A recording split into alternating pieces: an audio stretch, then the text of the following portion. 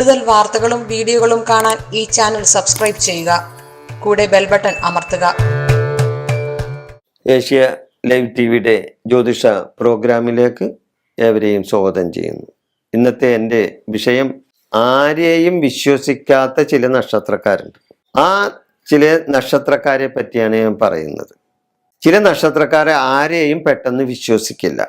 ചിലർ പെട്ടെന്ന് അങ്ങോട്ട് വിശ്വസിക്കും. ഈ പെട്ടെന്ന് വിശ്വസിക്കുന്നത് തന്നെ പിന്നെ പെട്ടെന്ന് ഇവരിൽ നിന്ന് അകന്നും പോയെന്നും വരാം. അപ്പൊ ചില നക്ഷത്രക്കാര് പെട്ടെന്ന് വിശ്വസിക്കും, ചിലവർ പെട്ടെന്ന് വിശ്വസിക്കില്ല.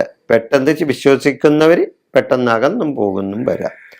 അപ്പൊ അങ്ങനെയുള്ള ചില നക്ഷത്രക്കാരാണ്. അപ്പൊ അതേപോലെ തന്നെ ആരെയും വിശ്വസിക്കാത്ത ഞാൻ ഇനി പറയുന്ന ചില നക്ഷത്രക്കാർ മാത്രമല്ല, അല്ലാത്തവരും ഉണ്ടാവും കേട്ടോ. ഇവര് മാത്രമാണെന്ന് ആരും ധരിക്കരുത്. എന്നാൽ ഈ പറയുന്ന നക്ഷത്രക്കാരെല്ലാവരും ആരെയും വിശ്വസിക്കാത്തവരാണ് എന്നും ധരിക്കരുത്. ഇത് കൂടുതൽ ഉണ്ടാകാൻ സാധ്യതയുള്ള നക്ഷത്രങ്ങളാണ് ഞാൻ പറയുന്നത്.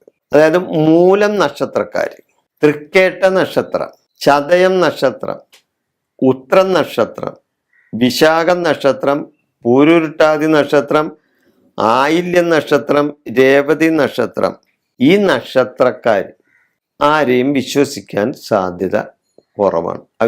അവർക്ക് അങ്ങനെ പെട്ടെന്ന് ആരെയൊന്നും അവരെ വിശ്വസിക്കില്ല. അപ്പൊ ഞാൻ നേരത്തെ പറഞ്ഞ പോലെ ഈ നക്ഷത്രക്കാരെല്ലാവരും ഇങ്ങനെ ആകണമെന്നൊന്നുമില്ല കേട്ടോ. ഭൂരിപക്ഷം പേരും അങ്ങനെ ആകാനാണ് സാധ്യത.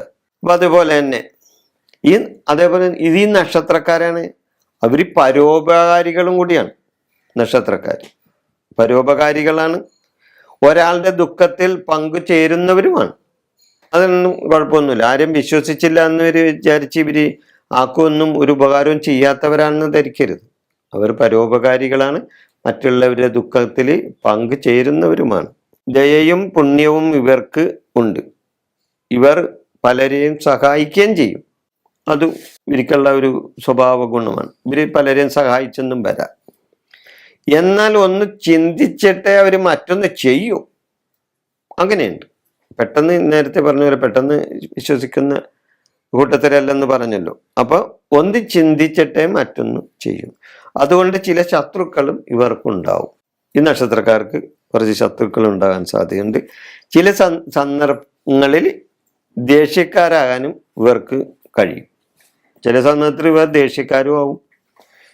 ഇതുകൊണ്ട് എല്ലാവരും ഇങ്ങനെ ആകണമെന്നില്ല. ഇപ്പൊ ഞാൻ ഈ പറഞ്ഞതുകൊണ്ട് അങ്ങനെ എല്ലാവരും ആകണമെന്നില്ല കേട്ടോ. അപ്പൊ അത് ഞാൻ നേരത്തെ പറഞ്ഞല്ലോ. അപ്പൊ അതുകൊണ്ട് ചില നക്ഷത്രക്കാരിലാണ് ഇത് കൂടുതലായി കാണുന്നത്. അപ്പൊ ഈ വിഷയം ഞാനിവിടെ അവസാനിപ്പിക്കുകയാണ്.